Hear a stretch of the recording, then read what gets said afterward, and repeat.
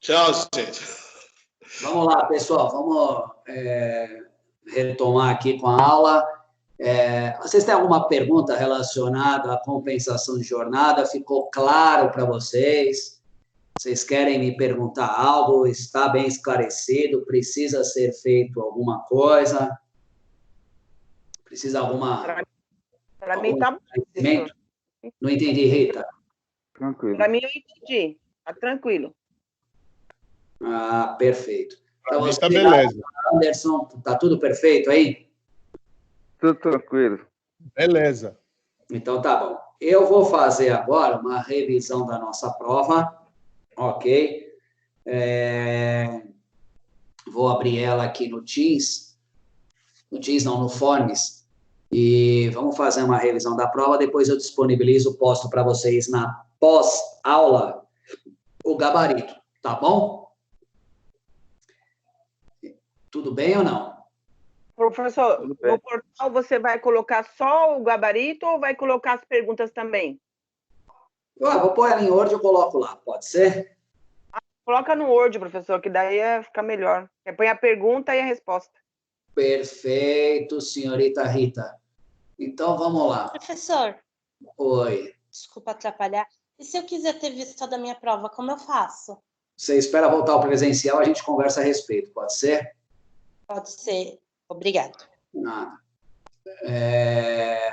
Vamos lá. Deixa eu compartilhar aqui. Compartilhar.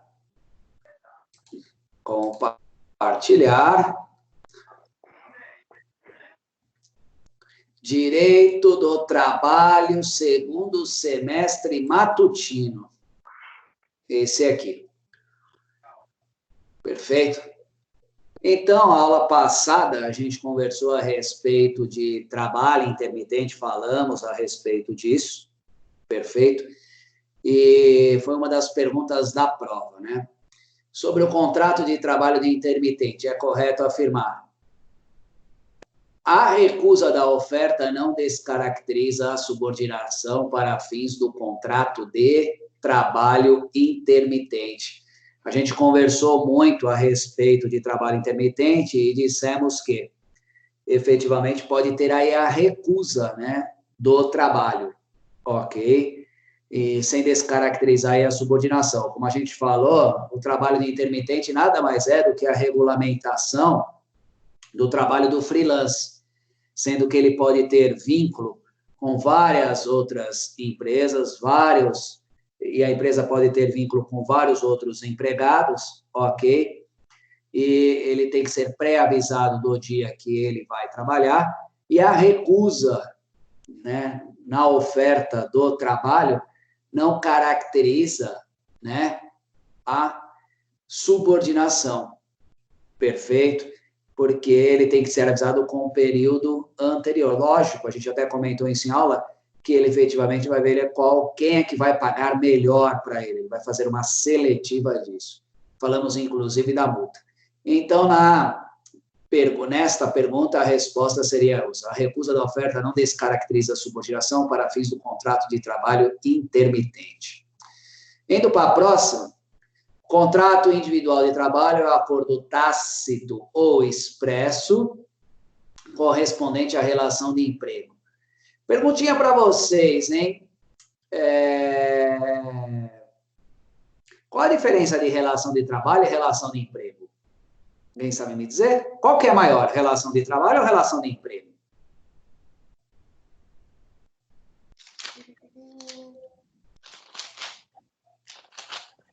Bom dia, tá tudo bem por aí? Bom dia, professor. Achei o microfone. Só um minuto, professor, que a gente está procurando nas anotações. Professor, a relação de trabalho é quando o empregador contrata o empregado.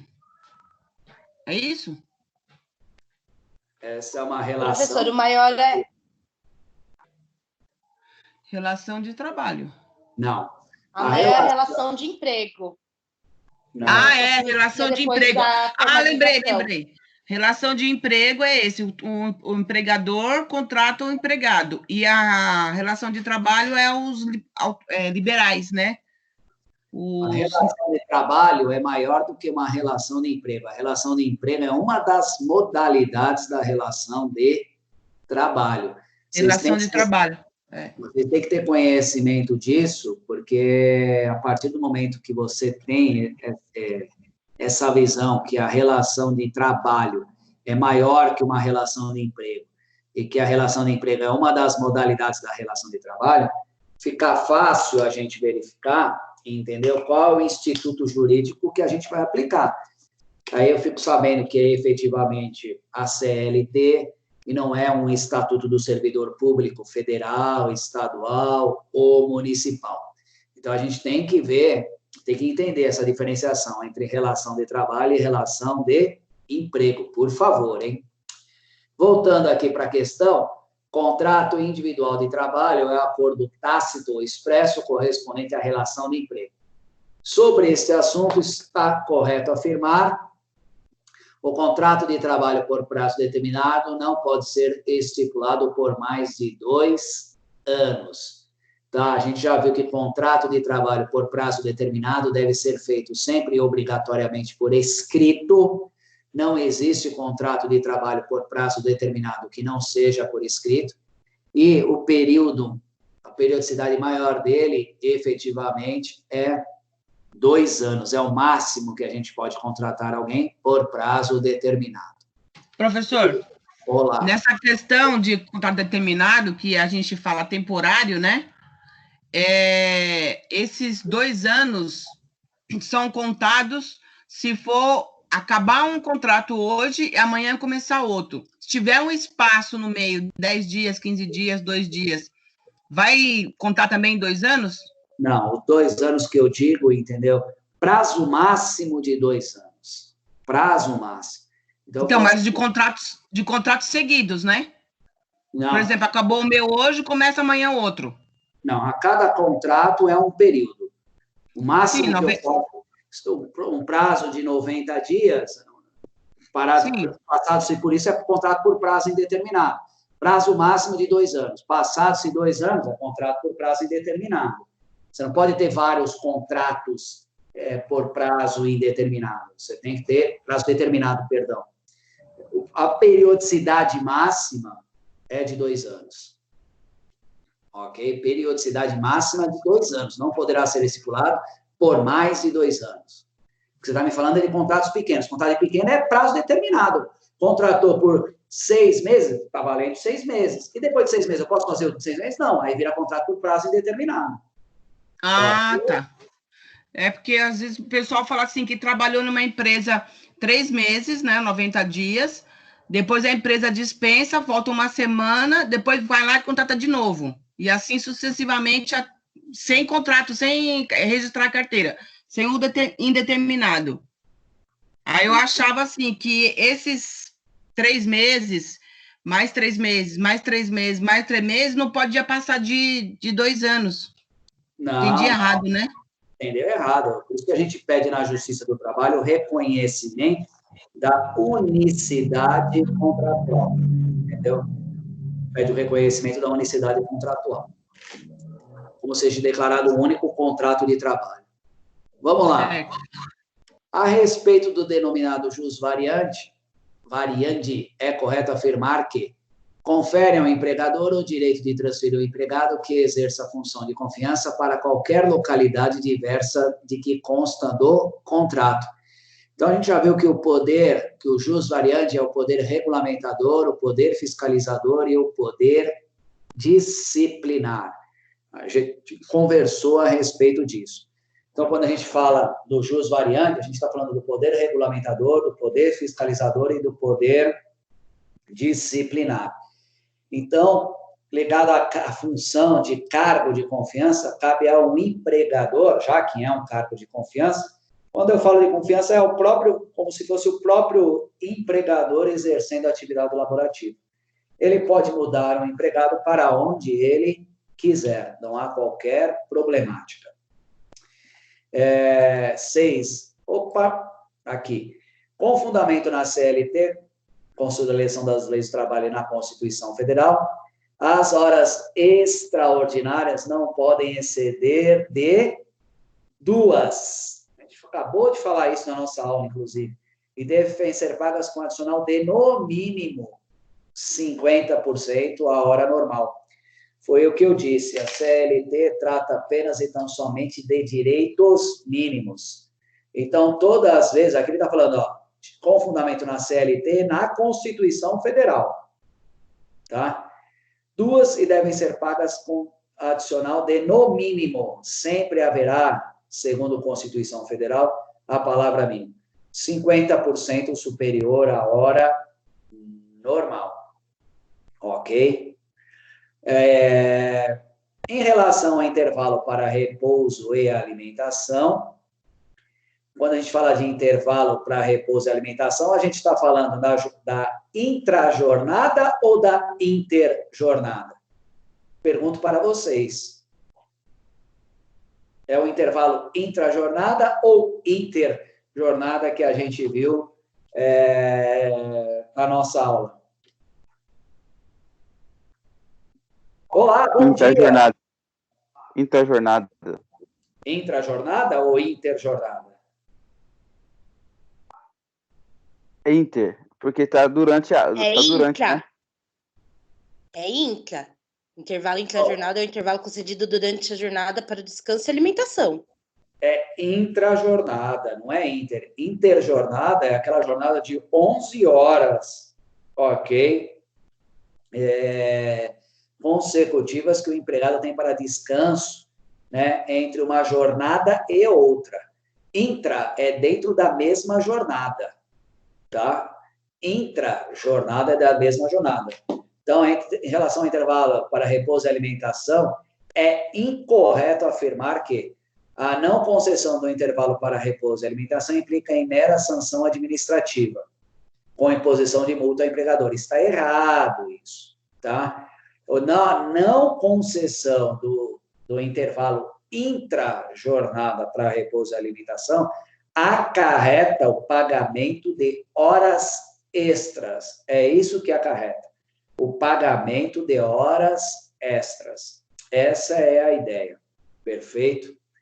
Então, é isso. Não tem que falar em sanção administrativa. Tem que falar, sim, pagamento, efetivamente, de horas extras. Conforme normas legais vigentes, o adicional noturno equivale a 20%, pelo menos, sobre o valor da hora diurna. Então, aqui a gente conversou, né, inclusive foi antes da prova, sobre adicional noturno e vimos aí o percentual. Ele equivale a 20%, tá, sobre o valor da hora diurna. Então, o adicional noturno equivale a 20%, pelo menos, sobre o valor da hora diurna. Foi isso que nós comentamos. Perfeito? No que se refere aos períodos de repouso assegurados, vocês têm alguma dúvida? Está todo mundo quietinho aí? Está tudo certo? Tem alguma dúvida? Querem me perguntar algo ou está bem claro? Certinho. Certo. Tudo certo, professor. Então tá bom. No que se refere aos períodos de repouso assegurados ao empregado, por lei, é incorreto afirmar. Incorreto. O descanso semanal remunerado terá duração de 24 horas consecutivas e será concedido aos domingos. Está errado isso por quê, professor Marcos? Que é preferencialmente aos domingos. Tá? Então, no que se refere aos períodos de repouso semanal, entendeu? O descanso semanal remunerado tem duração de 24 horas consecutivas, está correto isso. E será concedido aos domingos. Não, preferencialmente ao domingo. Professor, Contanto, só um pode minutinho. ser previsto também, né? Contanto que tem gente que tira, né, faz a folga compensatória na segunda, na terça, na quarta e assim. Então, pelo menos tem que ter um domingo por mês, mas é preferencialmente aos domingos, e não tem que ser concedido aos domingos.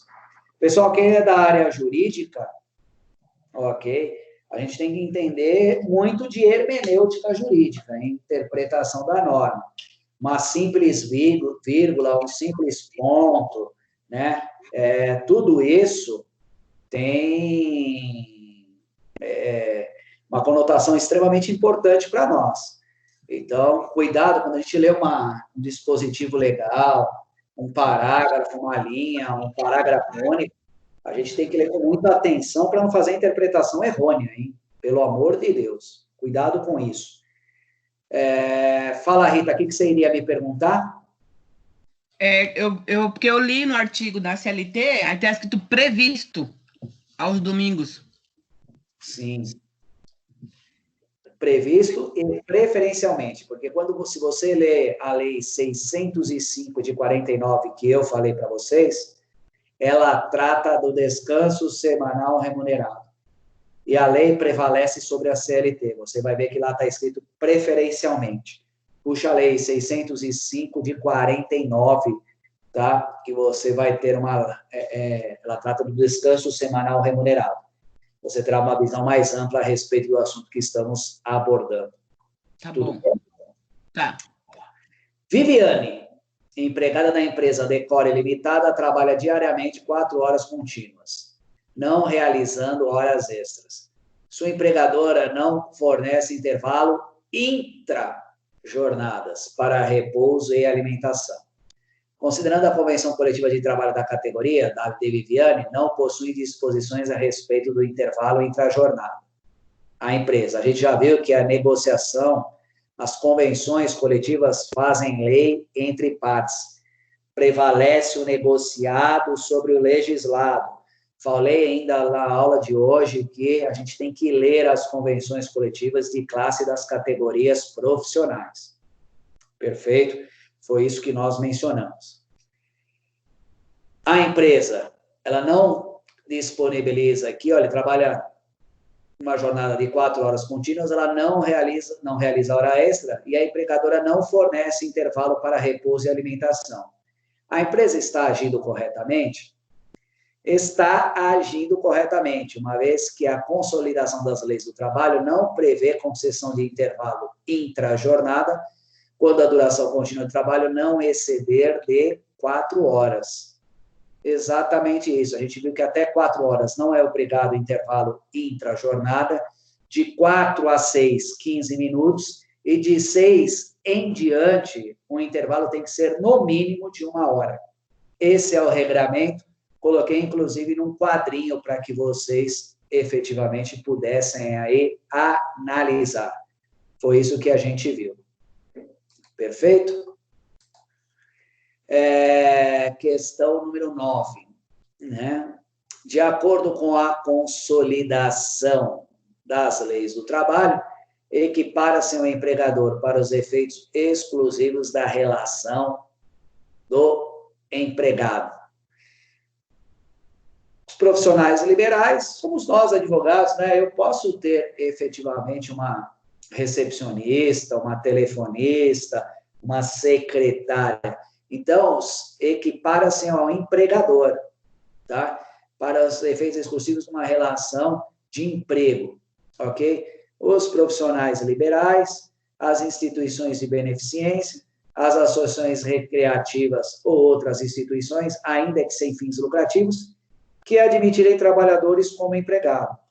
A gente já conversou a respeito disso, meus amigos. Cumprir os requisitos de empregado, empregado é. Tem horário, tem subordinação, tem habitualidade, tem subordinação, tem onerosidade, tem pessoalidade, é pessoa física. Requisitos para ser considerado empregado, empregado não comporta nem discussão a respeito disso. Por último, para a gente finalizar, princípio da primazia da realidade. Eu disse para vocês em aula que todos os princípios são importantes. Todos eles, tá? São efetivamente de extrema relevância. Porém, o princípio da primazia da realidade, eu considero esse de suma importância. O princípio da primazia da realidade diz que fatos se sobrepõem a documentos. Então, meus amigos, não basta a empresa ter um monte de documento efetivamente assinado pelo empregado. O que interessa para a Justiça do Trabalho é efetivamente saber, ok, se as normativas eram devidamente respeitadas, tá? Então, quando a gente adentra aí a uma sala de audiência, a gente tem que ter isso em mente, né? A gente entra para discutir fatos, tá? Por isso que você leva a testemunha que presenciou, né, como se dava a atividade laborativa. Essa semana veio uma pessoa aqui no meu escritório e, efetivamente, ela é empresa, ok? Eu tenho tudo, eu provo tudo. Perfeito. Uma ação trabalhista extremamente cara que ela está respondendo. Faz a seletiva, efetivamente, do que ela tem que provar. As testemunhas dela não servem para nada, nenhuma trabalhou no mesmo período que o reclamante, tá? Mas as testemunhas que estavam ao redor ouviram dizer. Ouviu dizer é muito vago. Aí aplica-se um princípio subsidiário que é indúbio pro operário. Perfeito? Na dúvida, com certeza, o juiz vai efetivamente julgar em prol, né, do reclamante, do operário. Isso vocês não tenham qualquer tipo de dúvida. Em dúbio pro operário. A dúvida efetivamente prevalece aí as alegações do empregado. Então, a gente tem que tomar muito cuidado com isso, hein? Efetivamente, temos que tomar muito cuidado com isso, tá? Em dúbio pro operário. Tudo bem, meus amigos? Tá tudo certo aqui? Então, a resposta seria, para o direito do trabalho, a verdade real, fatos, deve prevalecer sobre a forma, documentos. E reiterando para a gente finalizar, não adianta, né, a empresa ter aí um calhamaço de documentos, perfeito? Sendo que, efetivamente, ela age de outra forma no ambiente do trabalho. Por exemplo, você pega o cartão de ponto com horário britânico, das 8 ao meio-dia, da 1 às 6, e o reclamante pede hora extras na Justiça do Trabalho. O que ele vai alegar? Eu assinalava o cartão de ponto e voltava a trabalhar. Efetivamente, eu assinava o cartão de ponto e voltava a trabalhar. Ou seja, ele vai ter que fazer prova que ele realizava a hora extra, que são os fatos, que vai prevalecer sobre a forma, que são os documentos. Ou seja, esses documentos não correspondem à realidade fática. Perfeito? Prevazia da essência sobre a forma. Cuidado com isso, hein? Verdade real. Os fatos devem prevalecer sobre os documentos. Alguém tem alguma dúvida de alguma questão da prova? Alguma questão da prova não estava dentro do contexto da unidade 1 e unidade 2 que a gente estudou? Alguma coisa nesse sentido? Professor, eu fiz essa prova aí e para mim, eu tive quase certeza que eu fui bem na prova. No resultado final da prova, eu fui muito mal. Aí tô com essa dúvida aí. Alô, fala, Anderson. Eu sem querer cliquei o mudo. Fala aí para mim. Eu fiz essa prova aí e tive quase certeza que fui muito bem na prova. E ao final do resultado, eu fui muito péssimo. O que você quer saber, Anderson? Fala para mim. Um exemplo, eu chutei assim, uma média nota 8, e a minha nota foi bem abaixo do que eu tirei. Eu estou em dúvida. Eu queria saber como que eu faço para me ver onde eu errei. A gente vai olhar essa prova depois que voltar às aulas presenciais, a gente dá uma olhada. Perfeito? Vou disponibilizar a prova em gabarito, e aí você faz uma confrontação, mas você não deve ter assinalado, não deve ter lido corretamente. Foi isso que deu margem para o erro. Com certeza, porque essa prova... Vocês concordam comigo, meus amigos? Estava dentro da unidade, as questões estavam dentro do que a gente estudou na unidade 1 e na unidade 2? E digam aí. Sim. Eu concordo, professor. Sim. Sim. Eu concordo, professor. Você deve ter se equivocado em algumas, não deve ter interpretado direito. Foi isso que eu acabei de mencionar. Falei, para quem trabalha com direito, Um ponto faz uma diferença, uma vírgula, ok? Uma interpretação da norma. Tem que se tomar muito cuidado com isso, hein? Não é efetivamente indo respondendo de bate e pronto, que a gente pode ter problemas com isso, hein? Por favor, então, tomem cuidado para que a gente não tenha aí maiores problemas nesse sentido. Perfeito? Não, tranquilo. É nessa linha, Anderson, que às vezes a gente erra aí uma inicial, perfeito, e assim vai. Tem que se tomar cuidado com isso. E a consequência, aqui é prova, você vai recuperar, tá tudo certo. Mas a consequência na prática em especial é bem desastrosa. Então, a gente tem que tomar muito cuidado com isso, para que não tenhamos aí maiores problemas. Perfeito? Não, tranquilo. É por isso que eu tenho aquela mensagem que o senhor passou, e ou, né? Que você tem Exatamente, o E e O faz uma diferença simplesmente enorme. Pessoal, no encontro 10, eu estou abrindo aqui o nosso AVA. Perfeito, encontro 10. A gente vai falar de interrupção e suspensão aí do contrato de trabalho. Então, deixa eu só abrir aqui. Opa, encontro 10.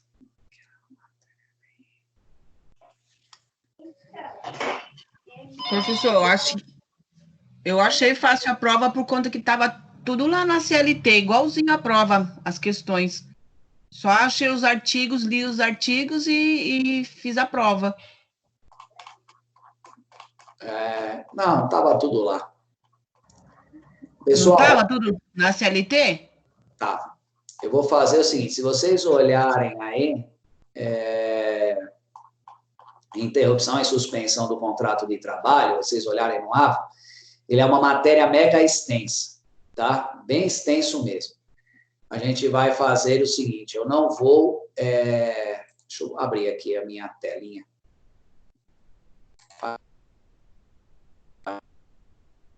Deixa eu voltar aqui para vocês. Se vocês olharem efetivamente o encontro 10, ok, ele é efetivamente enorme. Tá? Ele trata, na verdade, de 2 assuntos. Suspensão e interrupção do contrato de trabalho. Como a gente já fez, a gente está bem correto com a nossa matéria, a gente já fez o encontro 9, agora vamos para o encontro 10, ok? Eu vou deixar para tratar essa matéria na próxima aula, porque eu gostaria de falar de suspensão e interrupção ao mesmo tempo para a gente entender. Tem umas regrinhas de contrato de trabalho para saber quando eu estou falando de interrupção e quando eu estou falando de suspensão. Tá? Tem regras bem peculiares. Então, esse encontro 10 a gente vai falar na próxima aula, pode ser? Perfeito, professor. Beleza. Beleza.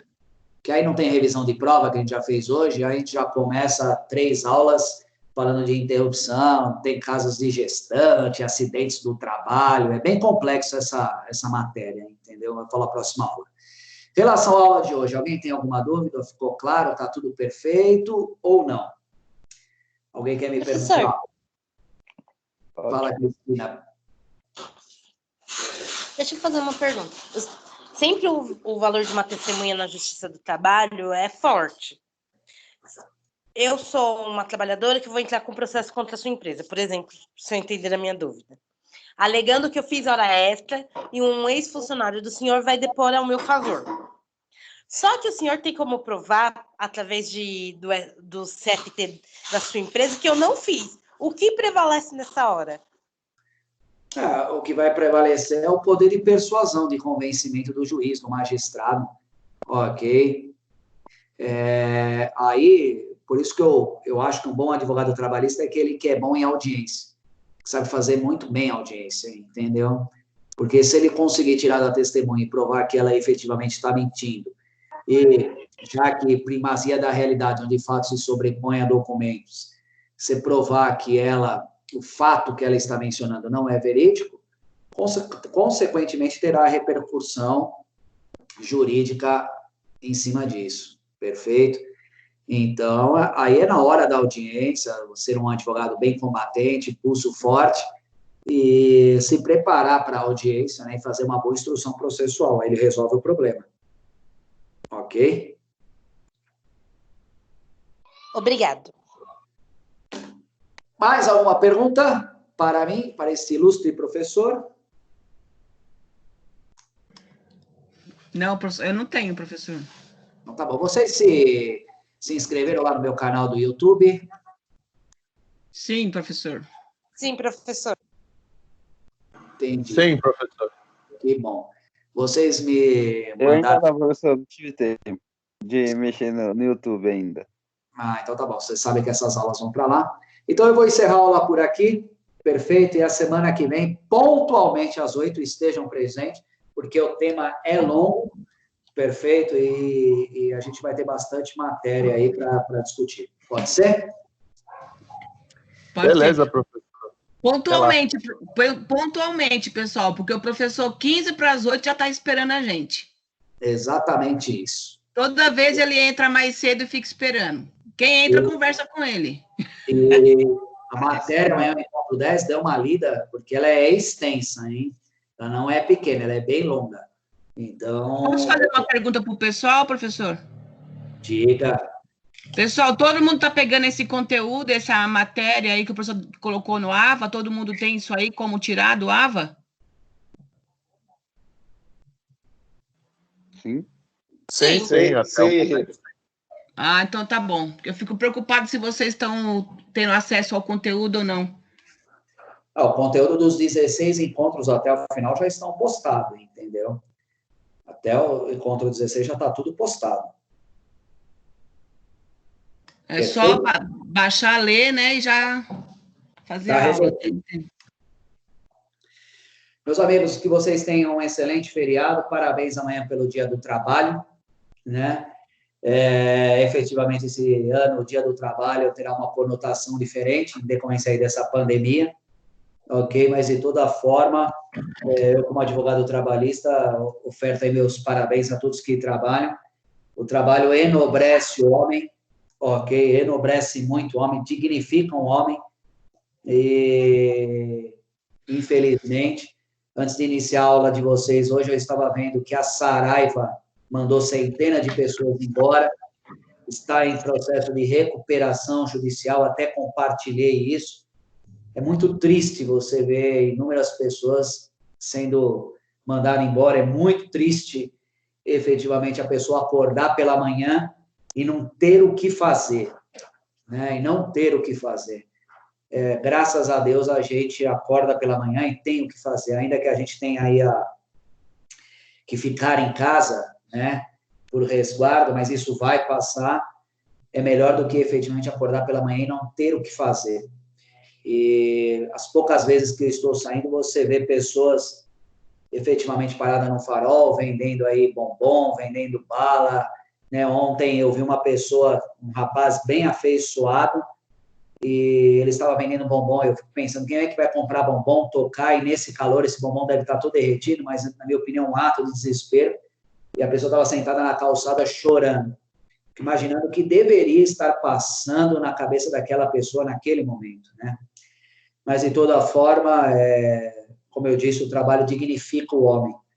Eu espero que a gente possa sair dessa tormenta que a gente está vivenciando o mais rápido possível, entendeu? E que a pessoa possa exercer as suas atividades. Qualquer atividade exercida é dignificante, qualquer ela, da mais simplista à mais robusta, tá? Da mais qualificada, é dignificante. Agora, o que não é digno mesmo é ficar sem fazer nada, né? Não ter o que fazer. Infelizmente,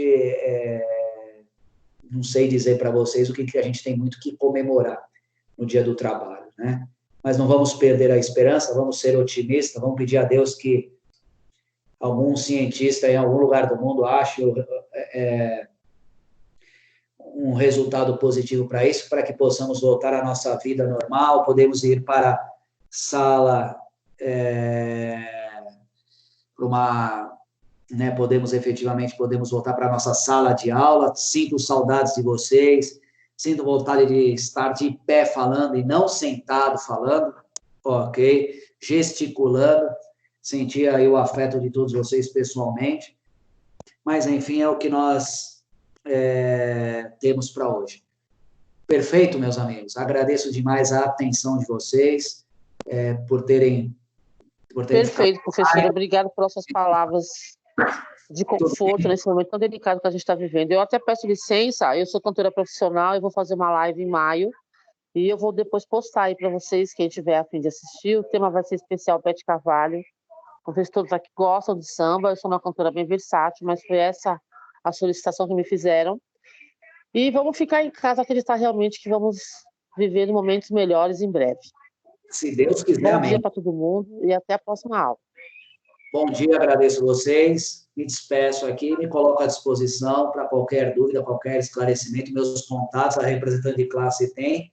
E vocês também têm, que nas apostilas eu sempre coloco lá meu telefone, meu Instagram. Só não fala comigo se não quiser. Beijo no coração, excelente feriado e a gente vai se falando. Bom feriado, professor. Até lá. Obrigado, professor. Até logo, pessoal. Tchau, tchau. Até Tchau, logo. professor. Obrigado, Tchau, professor. Valeu, gente. Eu que agradeço.